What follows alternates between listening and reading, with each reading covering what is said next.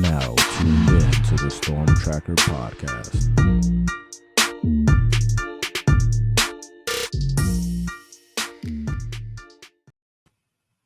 Welcome back to the Storm Tracker podcast. I'm Marcus Benjamin, representing for CanesCounty.com, part of the Rivals.com network. Make sure you subscribe to the website, CanesCounty.com, for free. Use the promo code Miami30. Also, subscribe to this podcast on all platforms, as well as this YouTube channel, live from Canes County. It's a Blue Monday, so I've got Larry Blustien joining me, legendary South Florida reporter. We're going to talk a little Miami Hurricanes football this morning. Larry, thanks for joining me. Anytime, Marcus. It's not really a Blue Monday, thank goodness, because some good things happen on Saturday in Gainesville. Absolutely. That's an understatement for this team and what we saw in the Swamp. I had the pleasure of being there. It was my first time in the Swamp. It was a memorable experience, to say the least.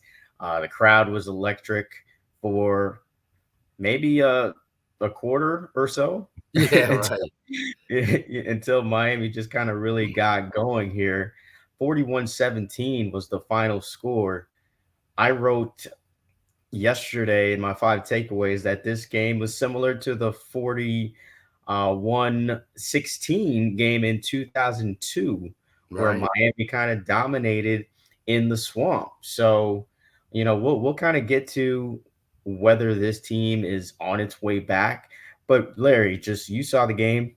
What were your first thoughts after this game went final? Yeah, Cam Ward's pretty damn special. He did some things that, that you, as a coach, you go, don't do that. Okay, nice job. Throwing sidearm, throwing off his back feet, jogging out of bounds. But I'll tell you what, and the thing that was great is and I think all young quarterbacks need to watch what he does. He scours the whole field. So it's just not, his first read or his second read. He'll go sometimes to his third read, like he actually did to McCormick for the touchdown. He wasn't the primary guy. There were 2 other guys that he looked off on in the defensive line, which is like, wow. And this is without Bain mostly the whole game. And, you had a lot of, all those guys that came in like Barron and Alston and, and the front 7, Kiko Mawanoa, and everybody was making a play. And the position that everybody kind of like screamed at, defensive secondary, I think they stepped up pretty good. They made some really good plays, and obviously that was due to the way the front 7 was putting pressure on Mertz the whole for 3 quarters. And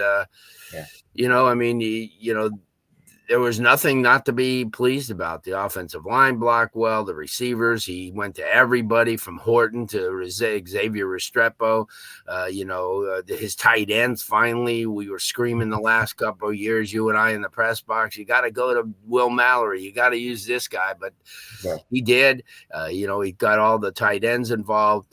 Mark Fletcher looks healthy again. Thank goodness. I think Martinez is nice. And I think he's a great addition, but I think Mark Fletcher is a cut above. And people, we watched him, Marcus, for 4 years in high school, and he never disappointed there. And I think he's only going to get better and better. And the fact that Miami's got depth at the position, they didn't even insert somebody like Johnson, and Lyle's got a lot of Lyle from St. Thomas got a lot of carries. So. Yeah, there was nothing not to like. It was a complete performance. And the thing is people probably haven't even mentioned, the Miami only had 2 penalties in the game. That's crazy. Right. Yeah, that's the one part of the game. You look at the game, and last year, if you remember, Miami had all those crucial penalties, whether it be holding or personal fouls. And yeah, you know what? It was, if you put a blueprint towards a game and said, listen, this is we got to play. It was the one long run, by Florida. And he's a great back anyway, you put it, but he shouldn't, that's something Miami not, let him get 20, 30 yards, but can't go to distance, but like I said, he's one of those type of backs, and Miami's going to face a few this year. But and the irony of it is now they play Florida A&M, and Florida A&M is the number 1 team in the HBCU, and certainly I don't expect them to win, but it's funny how all these other programs get Furman and Arkansas A&I and Miami's little breather this coming week at home, and their home opener is going to be a team that's going to draw some people. So it's going to be, Sure. it's going to be great for their home opener. A lot of people are I think it's going to be a good crowd, because I think a lot of people want to see this Miami team, after watching them last week. And everything's all the things that Mario Cristobal promised 2-3 years ago when he took over are starting to come to fruition. And I think that's the big thing, because, everybody, as I said, the Mark Ricks and everybody who's been there over the years, Manny Diaz, come in there with all the bells and whistles flying, and we're going to do this and we're going to do that. And we just got the best quarterback and we got the best. And as a Hurricane fan, you got to say, you know what, you were kind of a little gun shy coming into this year, and rightfully so. I mean, obviously they picked up all those kids, but the one thing too is you got to have a chemistry, and everybody can be an individual, because all those guys are coming in from places where they were the big guy, where they were and I think that if anything, everybody overlooks at the fact that they've been able to put this group of all-stars, quote unquote, together and make them a team. Yeah, absolutely. I mean, you hit a lot of points on the head here. The depth really kind of stood out to me, especially with Ruben Bain going down. You had a couple other guys go down with injury, right? Ahmad Moten, Damari Brown, and this team really didn't miss a beat at all. And you didn't really see in previous years where if there was an injury, you kind of felt it. And right. You didn't feel it at all in this game. And I think it really talks to just what Mario Cristobal has been building in these past couple of years when it comes to recruiting and the transfer portal, and then penalties. Yeah. The fact that they went into the swamp and no false start penalties. I mean, that's pretty. Yeah. That's pretty big, and so it goes to show you just how disciplined this team is, led by the coaching staff and Cam Ward. So when you watch the game, I think the score might be surprising to kind of most. The fact that it was a 41-17 game, I think most kind of expected. Even Vegas thought this would be a field goal game. What surprised? What surprised you about this game? Actually, the way Miami came out and took control and used all the they used that talent. I mean, and I think what happened was, to be honest with you, and I think you and I discussed this in a couple of months ago. The place where Miami really has gotten stronger is on both sides of the line of scrimmage, and that's where games are won and lost. And if you look at I think that a couple of plays, Cam Ward went back in the pocket. He could have read War and Peace. I mean, he really wasn't touched. And a couple of years ago when I was talking to somebody about this the other day, that Miami's offensive line was getting pushed back 5 yards into the running back. And that was really a point where you said, wow, we'll never win until we get that fortress up front. And they have. I mean, Rivers, Mawanoa, Okunlolo, all these guys that they've come in with a lot of promise are starting to fulfill what everybody talked about. And great coaching when your head coach is an offensive line guy, and then you have somebody like Alex Mirabal. I think that's still the strongest point, because it makes that offense go. It gives those tight ends and guys like Restrepo a little bit more leeway to get out on their patterns, and not have to rush things out. And plus, you have a quarterback who's mobile, who can extend plays that way. So, I think that's the thing that stood out to me. We knew that the secondary was not young, but inexperienced in playing together. You still had guys back there. I thought Damari Brown, as you said, he got hurt, but he played extremely well. Florida's passing game was never an impact, in the game. Yeah, Merch, and you got to say, Mertz was the type of quarterback. He had a, 75% completion last year. He threw 26 touchdowns. They only got picked 3 times. So obviously that was the difference. The line of scrimmage on both sides from Miami, and that's how they control the game. And that's what Alabama does. That's what Georgia does. That's what Ohio State does, and Miami's now, not to say they're at that level, but they're slowly getting there. Yeah. Miami did not allow a pass over 20 yards the entire game. So it really says a lot about the secondary, the pass rush, just a really impressive performance by this defense and this team overall. But let's talk about this quarterback, Blue. Cam Ward was absolutely outstanding in this game. Yeah. He was just fun to watch. If you're a football fan, just, generally, just the way that he bought time and just kept the play alive. He kept drives alive by running, albeit casually out of bounds at times. Yeah, that scares me a little bit, because somebody's going to want to take a shot at him and take the 15-yard penalty, and he may be out, and you don't want that to happen, and I'm sure they're going to address that, and say, hey, listen, if you're going to get out of bounds, get out of bounds. Don't dance your way out, because when you're in bounds and somebody is, you could still get hit. So, yeah, and you're 100% right. His ability, as I said earlier, to scour the field and to understand, he had the one pick and he blamed himself a little bit for that. He says that he didn't read it right. But look at all the plays he made. He combined a lot of quarterbacks that Miami's had in the past. Looked a little bit like Bertie Kosar with those sidearm,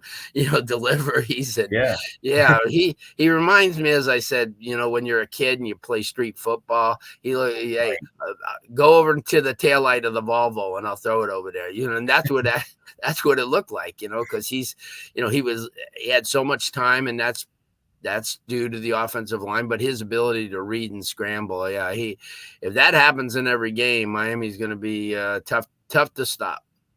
Yeah, that's the other thing too. This quarterback gives Miami a chance in every game, and basically against anybody. I think his ability to just extend plays, extend drives, make plays with his legs, keep his eyes downfield. And these receivers are out there getting open. Xavier Shaw had another outstanding day. Always, he's automatic. Yeah, it's like routine now. I think we're getting spoiled with it now. But Jacoby George, Isaiah Horton had some great plays as well. Elijah Arroyo had some nice catches over the middle. I think this team overall is just – it's dangerous. It's a dangerous team basically on every level. And the fact that this offensive line was able to kind of hold up while Ward is scrambling out there for 15, 16 seconds, it feels like. Without a penalty. Right. Exactly. Says a lot about just how this offensive line has grown over the years. So credit to Mario Cristobal and Alex Mirabal. Cam Ward now is the 4th highest odds when it comes to Heisman chances at this point, behind Carson Beck, Dylan Gabriel, and Jackson Dart. And if he keeps playing like this, Blue, I think he has a really good chance to get that trip to New York. And when's the last time that there was a Miami Hurricane in New York? I think that was long time. Right. Well, it's Gahey, I believe, and Ken Dorsey. I think those were the last. Yeah, Dorsey. Yeah, you're right. It's been a couple of generations. That's for sure. Yeah, absolutely. So I'm really excited to see kind of what Cam Ward does for the rest of the season. 26 for 35 on Saturday, 3 touchdowns, only sacked once. So we'll see just kind of what he does for the rest of the season. Interesting comments. I don't think you heard. I don't know if you heard about him with the crowd noise. He was crediting. I know you're a big Pac-12 guy, or what was the Pac-12 guy, but he credited USC as being a loud crowd, credited Oregon and Washington as being louder crowds than the Swamp. So I thought that was kind of interesting. Well, he also said that it was louder in practice than it was in the game because they had the speakers right near his ears, he said. So it was a lot louder. And Yeah, but this was your first visit to the Swamp. I've been there a number of times, and I've been there when Florida was, the Tebow era and all that, when they were playing on all cylinders. And sometimes it's tough for you to think, when you have a crowd with that decibel. And and I know the Miami Notre Dame game back in the 80s, that was one of those games where you couldn't hear yourself think, and that's crazy, I mean, but yeah, so, and that was the big thing. Everybody but you know what? That's only natural, especially for a Hurricane fan, Marcus, when you go 20 something years without really being a significant, player in the national championship, picture, and everybody throwing out these promises to you. And we got this, we got that. So it was a little bit of skepticism, because everybody wanted to kind of, the Hurricane fans, the average Hurricane fan, oh, we're going to kill him. We're going to kill him. But that was just fan talk. If you went to reality, you had to really see. And I was, I took a lot of heat because I picked Florida to win, only because of the basis that I hadn't watched Miami play anybody. I saw them plenty during the spring. I saw their scrimmages. But to me, until as they say, till the bullets are flying live, you don't really know what's going to happen. But they came out of that game, and I'll be honest with you, they'll be favored in every single game the rest of the way this year. Now, Louisville will have to see, up there, but I think that every game that they play in, Virginia Tech, Florida State, that they're going to be favorites, and they should be, especially off of that game. Yeah, absolutely. I think the Miami fan base needs to get a little credit as well. I was in the stadium, and I heard them loud and clear, and they were, and most of the fans were on the opposite side of the stadium. So right. So it'll be interesting to see how big this crowd is for this FAMU game. Yeah. Especially it being the home opener. I think this fan base is super excited to see what they can do in person and for the rest of the season. I agree with you. I think they will be favored for the rest of the season. If you've following myself on CanesCounty.com, I did a preview of every game of the season. That Louisville game is the one game that I actually said that they would lose. Sticking point. Yeah. No, you're right. But at the beginning, I thought Florida and that game, Louisville, and then I said, they'll be 9-2 going in the last game, and playing at Syracuse has never been easy for them. So, but you know what? You go in there and you play like this anywhere. I mean, like you said, you look at Florida Field, and it's one of the top places in the country to play against an SEC opponent. So I thought Miami's win was by far the most impressive of anybody in college football. I mean, USC beat a pretty good LSU team, but that was at a neutral site, and and USC probably had as many fans. But other than that, I don't see a team that really stepped up. I mean, Georgia playing Clemson in basically Georgia's backyard, Right. But I think that was by far on week one the most impressive win that you could have on the road against a rival, get at an SEC team, and that you can't take that lightly. Look at Virginia Tech; they lost to a SEC team too, and Vanderbilt. So, nothing you could say. You can't take anything lightly anymore, and obviously that was a huge win. And to top things off, at the end of the game, Miami players were going around the Florida recruits that were there and trying to tell them, listen, you're making a mistake. This is the place to be. I like that. Yeah, I like to see that too. It definitely feels like the swagger is back. Yeah. With the University of Miami football team, based on what you saw on the field and what you saw afterwards as well. It was definitely a sight to see in person. So we talked a little of Cam Ward, and he's the obvious MVP of this team, Blue. But when you look up and down of the roster, and based on what you saw on Saturday in the Swamp, who is a player that Miami can ill afford to lose to injury just based on what you saw? Anybody up front. You don't want to lose a first-team offensive lineman. You really don't, because it's taken them a while to be this good. And I think if you lose, a Mauano, or you lose like somebody like a Rivers, it can put a dent into the team. And, I think people are not making enough of the fact that this offensive line has a really, really good chance to be special. And think about in the preparation over the last couple of weeks, they had to go against that defensive line. And that defensive line is, I mean, with that Barrow and like I said, Alston and Barron, I mean, Simeon Barrow, was getting double teamed at someplace. And like I said, this is without, and you look at Messidor and guys, it's a deep defensive line, it really is. And that linebacking core, which kind of took a bath over the last couple of years, I mean, say, oh, well, and Dave, you got some new faces at linebacker too. So on the offensive side of the ball, you know what? You don't ever want to lose Xavier Restrepo. If he plays like this, game 8, he'll become the all-time leading receiver at the University of Miami. And when you look back and see the Michael Irvins and Andre Johnsons and things like that, and, that's amazing. That's just amazing that somebody who everybody talked about, oh, he's too short, he's too slow, he's not a power 4 or 5 type of kid. And I think he shoved it up everybody's butt, showing them, hey, you know what? And even the announcers, they said he's one of the best in the country. That's pretty high praise for a guy that everybody said, oh, he's not good enough to play at this level. And, I think he's really a catalyst.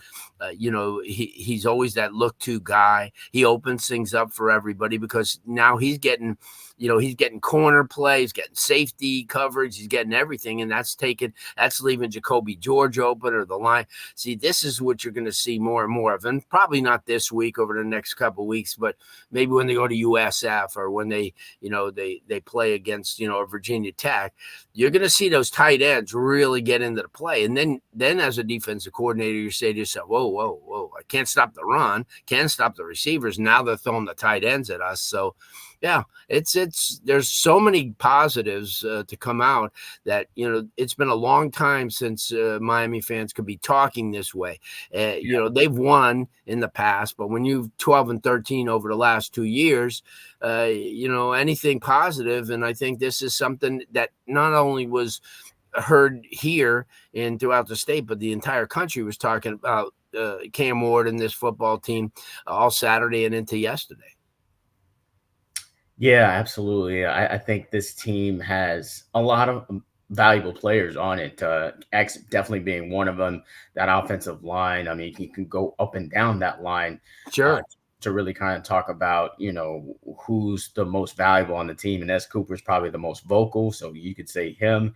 Zach Carpenter actually had a decent Great game as well. And according to Pro Football Focus, Francis Mauigoa had the best game. So it's definitely a great problem to have a lot of different players that you need for this entire 2024 season. But for me, 2 players kind of stood out to me from this game as like valuable.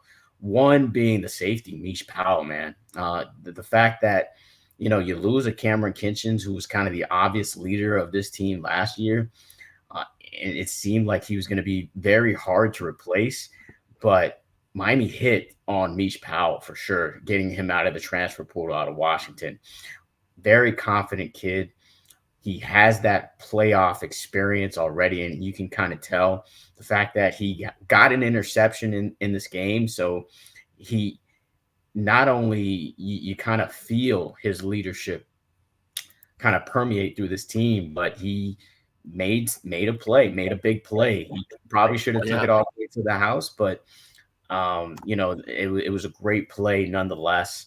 To get an interception, how he did. So I think this guy is really, really valuable for this team. And when Ruben Bain kind of went down in this game, I think there was a lot of worry, just for him as a kid, and just hoping that he could just return at some point in the game. You kind of wanted him to return, of course, and hopefully he returns soon from his injury. Yeah. This defensive line didn't miss a beat, Blue, and the player that stood out to me was Tyler Barron. Oh, Barron, yeah. Yeah, Barron, to me, I think he really showed just why he was so coveted coming out of the transfer portal. I think he provided pressure in key moments here, and he got a sack. He also had 2 tackles for loss. as well. And I think he, just overall, he just adds tremendous depth to this team coming off the edge. Him and Elijah Alston, I think, are gems of gets out of the transfer portal, and they jumped off the field to me when I was watching this game. So shout out to those guys. Shout out to the defensive line and the defensive line coaches, Jason Taylor and Joe Salavea, for recruiting these guys, coaching these guys up, and having them ready to play in the swamp on Yeah. Saturday. Last, before I let you go, Blue, I wanted to ask about, just a player to watch for the rest of this season. There were some interesting, I guess, plays as far as players that played in the game. We saw OJ Frederick Yeah. get the start in this game, and then we also saw Jordan Lyle, who got more carries than the veteran AJ Allen in this game. Chris Johnson and Chris Wheatley Humphrey, other running backs in the room, didn't get a carry. So, it's obvious how they feel about the freshman Jordan Lyle and OJ Frederick. Jalen Alderman also, got some play as well. When you look up and down this roster, what player should Hurricanes fans really kind of be looking out for the rest of the season to make plays? Well, we talked about, obviously on offense, you got the Restrepos but I think that you mentioned a good point. I think Arroyo is a guy that could really get off. He's got if you look at him, when he's healthy, and I believe he's healthy now, he's an NFL prototype guy. He's got size. He's got speed. He can catch the ball. He'll make it pay.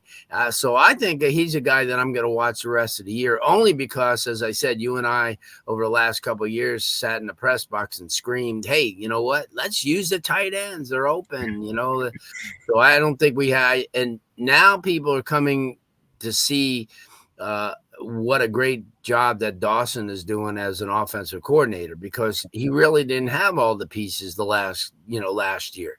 Now he has those pieces. Same thing with Guidry on the defensive side. It must be pretty easy to call something when you've got a front four like that, or, it's or a linebacking core. So, yeah, now people are seeing what like Mario saw when he hired them as coordinators. We were looking last year and it wasn't, kind of a complete team. But, I look back over the last 2 years and I keep always repeating this, but roster wise, they have 62 new faces over the last 2 years. So, it shows you. I think Colorado had 80. But even Nick Saban said you could spend all the money in the world, but if you don't spend them on the right players. And I agree with that statement. You could get, somebody and pay him $2-3 million, but if he's not the right fit for the team. So to me, money spent on Cam Ward was really, that's why everybody wanted him, because he's one of those, guys. You were seeing what's happening, a little bit of struggle after the first game with Georgia Tech, that DJU may not be the guy that Florida State really can win games with. We'll find out a lot tonight, as well as when they play Boston College. But yeah, you have to strike gold when you're spending that much money and you're going into the NIL deals and striking up all these things, especially as you mentioned with Alex Barron and guys with Barron and some of the other defensive linemen, Stinson, Barrow, and these guys like that. You spend a lot of money on these guys. You spend a lot of money on a lot of these, even with Martinez. So I just think that, Florida was more geared to stop that inside run. Miami's running. They don't really, I don't know yet if they have that guy could take it 75, 80 yards. I think maybe Lyle could, Chris Johnson, if he's given the opportunity. What they have now are backs that are going to get you those 15, 20 yards and those with, as we mentioned, but we'll see, time will tell. They're going to need I don't know if they're going to ever really need that, because when you have a mobile quarterback like that, that adds that dimension where it's like another running back. And so he's a guy, when he's on the move, you got to pay attention to him. Yeah, absolutely. Ward averaged 11 yards per carry. Yeah, pretty crazy. Averaging a first down every time he tucks it and runs. Yeah. Larry Blustien joining me again from, as a Blue Monday, and not a Blue Monday at all. It's a very happy Monday for the Miami Hurricanes. Kind enough to join me here on the Storm Tracker podcast. Thanks for joining me once again, Blue, and we'll see you again in a couple of weeks to talk a little bit more Miami Hurricanes football. No doubt. 6 o'clock. We'll see you on Saturday, front and center. Absolutely. Excited to see them against the alma mater for me, but we'll see what they do out there and if they can put some points on the board at Hard Rock Stadium. That's going to wrap it up for the Storm Tracker podcast. Make sure you follow this podcast on all platforms. Also, make sure you follow, subscribe, share, like to this YouTube channel live from Canes County. Most importantly, subscribe to the website, canescounty.com for free. Use the promo code Miami30. Until the next episode.